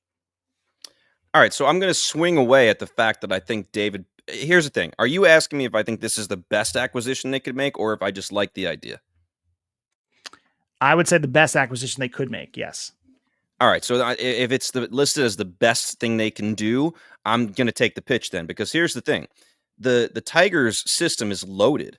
So if they're willing to part with some of their prospects, I think they could get more than Bednar. I think Bednar would be a nice acquisition for them. I think Bednar would be a potentially nice acquisition for any of the contenders out there. Um, with that in mind, the name I've heard out there is the same name that I heard connected to the Tigers in the offseason that didn't end up happening, and that is Alex Bregman. I said before that the Red Sox, I feel like, hold the keys to what is going to happen at this deadline because we don't know if they're going to be buyers, sellers, or somewhere in the middle. Part of me thinks they could be somewhere in the middle. And there's already a rumor circulating that if they cannot get an extension done with Bregman before the trade deadline, they may decide to move him. All right. If the Tigers come calling with some interesting pieces, and they have a lot of them, Bregman could be on the table. I mean, the Red Sox are playing okay right now, and Bregman hasn't been playing with them for a while. So they may feel like they have enough going without him and moving that contract somewhere else. It's a pretty big commitment if everything works out. Do I think that's going to happen? No. But do I think that's a better acquisition than Bednar? Yes. There's still part of the Tigers. I know they've played really well. There's still a piece of me that feels like when October rolls around, I don't know if that offense is going to click enough. We know pitching typically dominates. You're up against the best guys, the adrenaline's pumping, right? I feel like they could use one more offensive piece. So I'm going to go with Alex Bregman here. So moving to the Houston Astros, sitting at first in the AL West, 55 and 38.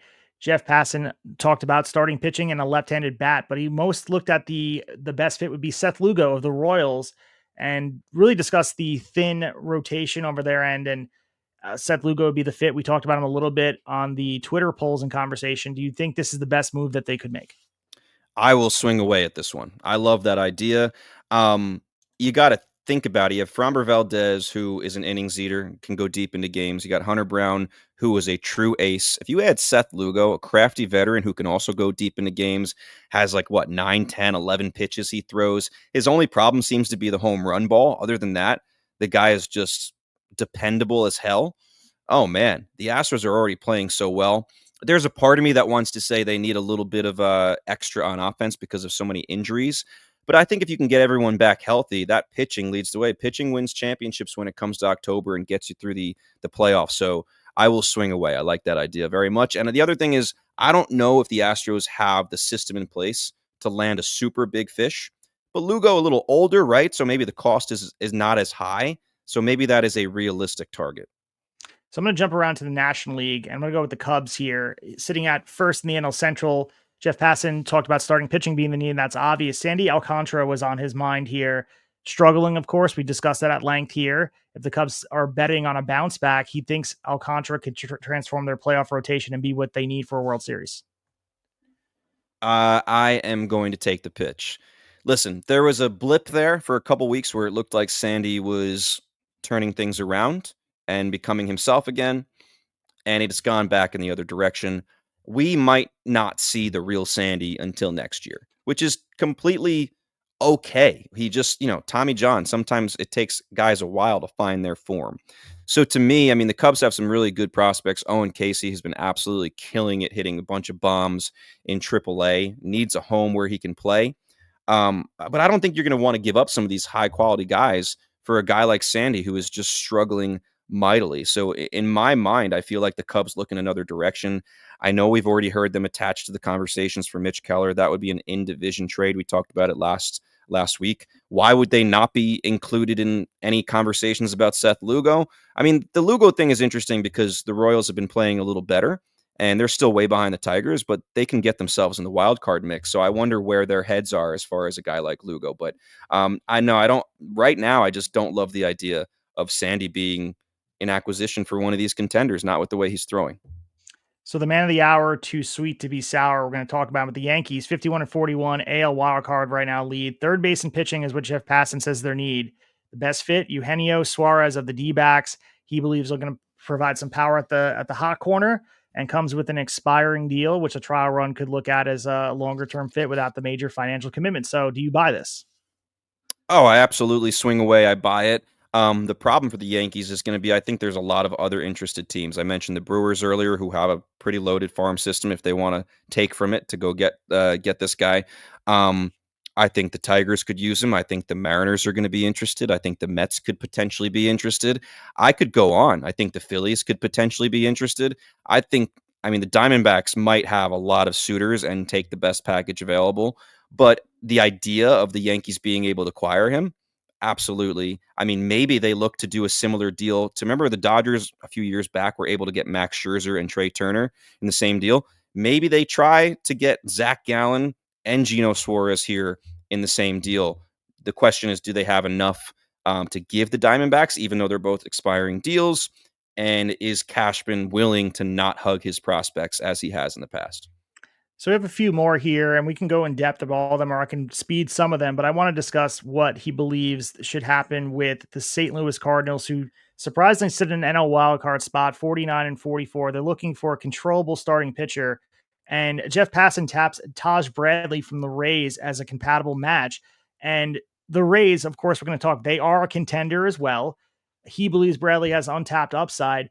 But mostly on St. Louis' side, they have two catchers that sit in their top five of prospects that the Rays need an elite catcher and maybe develop in. So Leonardo Bernal is their number three prospect in St. Louis system, and Reynel Rodriguez is sitting at number four. So ETA for Reynel Rodriguez is 2029. But if you're looking at more of a major league ready catcher next year, Leonardo Bernal could be their catcher for the Tampa Bay Rays. And this might make sense for a contender to also have an eye towards the future like Tampa always does. Yeah, I mean, I think this comes from the fact that the Rays have a good amount of pitching, especially if McClanahan can make it back. You know, they just called Joe Boyle up, who's been piggybacking with Rasmussen. He's looked great. We'll see what happens with that in the future. I still don't. I mean, I would love it for the Cardinals. If the Cardinals were able to pull that off, I would love it for them. I don't love it for the Rays. I know it sounds kind of like a Rays move. I could see them doing it, um, but I'll take the pitch on that one. I don't love it for the Rays.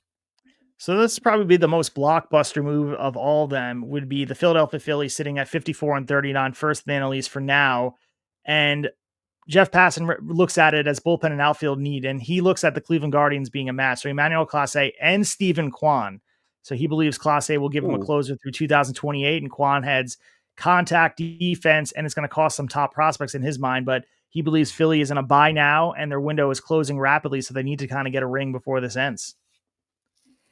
I mean, yeah, I will swing away with that. As a Met fan, I hope it doesn't happen, but I would swing away with that. No doubt about it for Philly. They do have some intriguing prospects. Dombrowski is an aggressive dude. You're right. That window, I don't know if it's closing, but it's getting a little creaky. The future is a little unsure now with which direction they're going to go, who they might re-sign, who they might not. Yeah, if you can bring a Class A, and Quan, in my mind, is not available. You already let Naylor go. Like, and I thought the conversation used to be, who are we going to sign long term, Naylor or Quan? Because we probably can't keep both of them. If you end up letting both of those guys go, I mean, what a Cleveland fans have to be starting to get sick if that happens. But in Philly's regard, absolutely swinging away. So the New York Metropolitans, I know you have a subjective view of their landscape here. 53 and 39. They're in the NL wildcard spot. A little bit more evened out, figuring out where they are prior to the All-Star break. And he believes that they need starting pitching depth. I mean, obviously they do need that. We talked about it all year. And he looks at Zach Gallen from the D-backs, and he thinks he could provide a true frontline ace, being healthy, stabilize the rotation that really has been cratered since mid-June with the injuries. Like you mentioned, Senga is on his way back, but do you think Zach Gallen is the best move the Mets can make? Oh man, I want to swing away because I definitely don't mind it. He'd probably be one of the cheaper options as far as an expiring contract. And if you look at it, it makes some sense because the Mets do have some really good pitching that is close. Brandon Sproat, Nolan McLean, Jonah Tong, maybe a little further away. But they have these youngsters. So a Mitch Keller might be more intriguing to Mets fans because he's got years left. But if you don't feel like you necessarily need a guy with years left and he's going to be more expensive because you have these other kids coming up, then it might be smarter to go after a guy with an expiring deal like Gallen to help you get to the finish line this year. So I've talked myself into it. Depending on what the price is, I will swing away at Gallen to the Mets. So I'm going to read you these in speed order at this point and tell you, I mean, you can just pick and choose the ones you want to talk about. The Toronto Blue Jays, he believes starting pitching. So he looked at Mitch Keller as the fit. The Tampa Bay Rays, they need bullpen help, according to the great Jeff Passan. So they looked at Griffin Jacks of the Twins. For the Seattle Mariners, looking at corner infield. So Josh Naylor of the D-backs, and could be a piece that they buy. The Boston Red Sox look at relievers as a need from Jeff Passan's perspective. Ryan Helsley from the Cardinals, add him with Aroldis Chapman was something he looked at as a lights out end on the back end of the game. For the Dodgers, we mentioned him by name, Joan Duran of the Twins, flamethrower being their closer. So we're putting this into existence and finishing off with four more teams here from the NL. The Brewers with Ryan O'Hearn of the Orioles, San Diego Padres, Jaron Durant of the Red Sox, and the Cincinnati Reds. We mentioned them by name already. Stephen Kwan of the Guardians being going across Ohio and being with Cincinnati. So any of those catch your eye? Anything else you want to expand on? Yeah, there are a few. Ryan O'Hearn, if he would fit Milwaukee so nicely. I could see that. I expect O'Hearn to be moved. Why wouldn't he be at this point? But I think he's going to have a few suitors as well. Um, the other ones you mentioned, Toronto, Mitch Keller, it fits Ross Atkins perfectly. He likes to trade for guys that have more years left. Jose Barrios years ago when they acquired him, right? Um, I heard Jeff Passan was actually on with a Toronto radio show either yesterday or the day before, and they were talking about the idea of Mitch Keller to Toronto. And then one of the hosts asked, "What about a Mitch Keller and David Bednar package to Toronto?" And Passan said, "Absolutely, that would intrigue Toronto, but the conversation would probably start with Arjun Nimala going back to Pittsburgh." I love that for both, right? Because Pittsburgh needs to start getting an offensive core in addition to the pitchers they have. So I like that matchup with Toronto and Pittsburgh. And the other one you mentioned, Josh Naylor. If the Mariners could land Josh Naylor, I mean, that would be a fantastic get. And they have the system to get a guy like that, expiring deal, right? If you're Seattle, you got to be very intrigued by the thought of Josh Naylor being added to that team. The Diamondbacks are another team. I mentioned I felt like the Red Sox kind of hold the keys to what's going to happen with this deadline. I think the Diamondbacks are the other team because they're not out of it yet. They haven't played as well as expected. They've had huge injuries, but they're still hovering and kind of waiting around in that wild card place. And they have some guys with really good performances, whether it be Corbin Carroll, Geraldo Perdomo, Josh Naylor, Gino Suarez. So, like, do they decide not to sell these guys? That's going to be, I think those might be the two teams that hold the keys, the Diamondbacks and the Red Sox. Yeah, I didn't mention the other deal that the San Francisco Giants could make looking for a starting pitching depth. Merrill Kelly of the D-backs as well could be someone they look to Mm-hmm. acquire if the D-backs Mm-hmm. decide to sell. With Corbin Carroll back, that might change his trajectory here. Maybe they get hot and feel like they want to stay pat, or maybe be buyers at the deadline as well. So maybe Naylor stays with them. All this does play a large part. But the Jaron Durant thing, we talked about, almost laughed about it, of being an option, but now it feels like it's more of a possibility, and the control factor obviously being controlled through 2028 with the contract could be something appealing. And maybe the Padres look at left field and try to lock it down. And maybe the Red Sox, I understand Durant's not having the best season like he had last year, but still selling relatively high for a player that maybe reached his peak last year. And they're like, oh, maybe we'll just move on from him. Especially if the Red Sox are looking at this season as not a lost season, but wanting to rebuild for the future. Yeah, the Red Sox, it's I mean, they have such an influx or overload of outfielders. Wilyer Abreu could easily be the guy on the move. Right, Rafaela, I think, is there to stay. He's playing unbelievably well. Durant has started to play better. Maybe someone joked that he's clearly playing better. He wants to stay. He doesn't want to go. I don't know what route they go. Who knows what that front office is thinking? They've been confusing this year, obviously, with all the Devers stuff that went back and forth, the miscommunication. We talked about Bregman already. Is he staying? Is he going? A lot of fascinating things. I've heard some people say this deadline might just be a little bit more of a bore than people are expecting. But I think it's one of those things. It might just take one little surprise to kind of get everything going a little haywire. And maybe that's the Red Sox saying, all right, we couldn't extend Bregman, so we're going to ship him off. And that just gets the dominoes falling. So again, if you guys are looking to consume this article in full with more thoughts on his end, we did a good job summing it up, I feel like, but it was posted 7 a.m. this morning. So a really good comprehensive breakdown from one of the best to do it, Jeff Passan. We're lucky to have him covering baseball in full, even though he's working for ESPN. I think Jeff Passan does represent the game in a really big way and has knowledgeable takes. And I think he's someone that everybody should be listening to on any given time. So if we ever have the opportunity to have Jeff Passan on here, that'd be fantastic. So love the article. Go out and check it out on ESPN's front page. Well, related to that, I actually sent Jeff an email today. Hopefully, it was the right email address. Just a shot in the dark, right? Shooting our shot. I've messaged him on Twitter before, but he probably gets so many messages on there that he doesn't check it. Same thing might happen in the email if it's actually his correct email. But yeah, that's. I feel like that might be our white whale. You got to have a white whale if you're hosting a podcast. As far as the one person that would be a dream guest, I think passing for us might be it. Yeah, we had Eno Saris on the hook for a second, and I think he was going to a Golden State Warriors game, which got in the way of the hours and the West Coast time and stuff. But we'll eventually get Eno on here too. He's another baseball writer that anytime he speaks or talks about baseball, I listen because I feel like these guys are very knowledgeable about the game and they look at it from the same lens that we look at it as. So go out and check this article out, and we will continue to discuss the trade deadline as it approaches. We're a few weeks away, and some things could shift from week to week. Yeah, no doubt about it. This is a critical time in Major League Baseball as far as you got the All-Star game, you got the drafts, you got the futures game, you got the trade deadline right around the bend. So there is going to be constant baseball news for the next several weeks. All right, let's come around third here and wrap up the rest of this episode.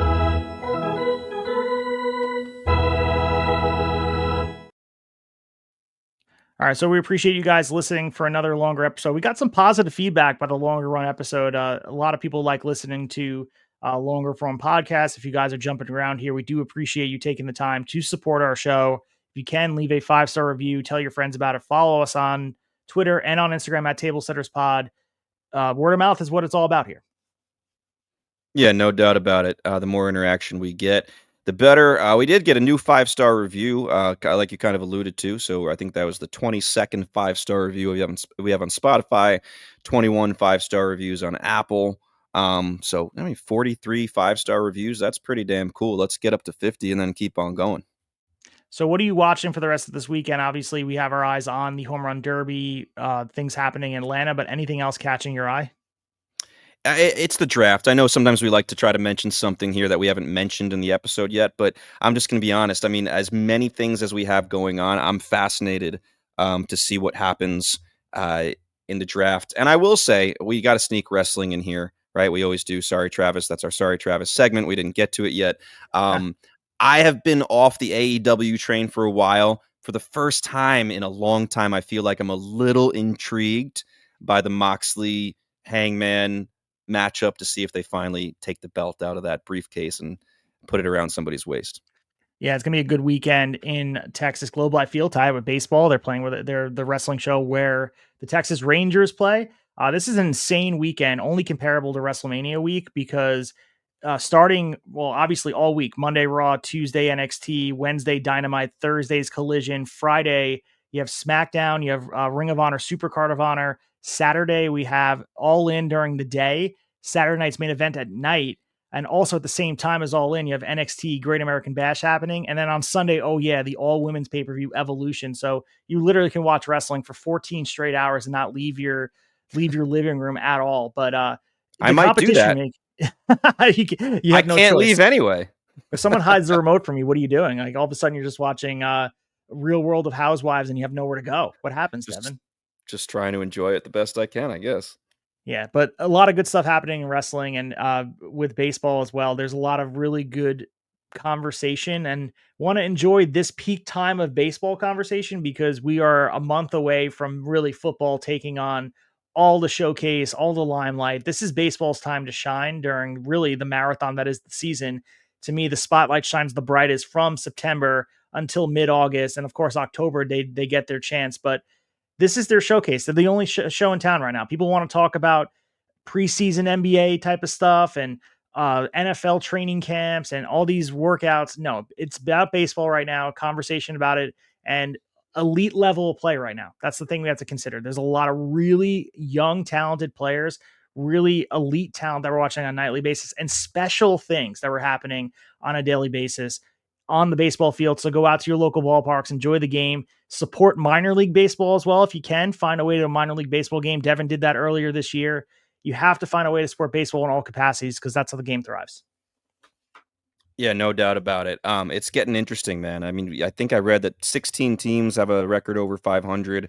So a lot of teams in the mix. A lot of those teams below 500 are just a little bit below. So it's getting fun here. You're right. This is the fun part of the season, no doubt about it. So enjoy the All-Star game, enjoy the home run derby, enjoy all the things that go into it. This is the time for baseball to, get the casual fan, hook them in, and the home run derby certainly is going to do that. So all the stars will be out doing this. Maybe you're a fan of the celebrity softball game that's happening. And also, dude, shout out to the start of the professional softball league. I did catch a little bit of Oh that yeah. as well. So shout out to them because that is much needed for the women in baseball. Yeah, very cool. And I'm glad MLB has like a partnership with them. I think that's gonna be good. Pretty damn cool. So make sure you guys have your eyes on that. But we'll be back next week talking all things baseball. Maybe Devin will be a little bit more mobile. Until that time, we'll talk to you after a while. High fly ball into right field. She is gone. In a year that has been so improbable, the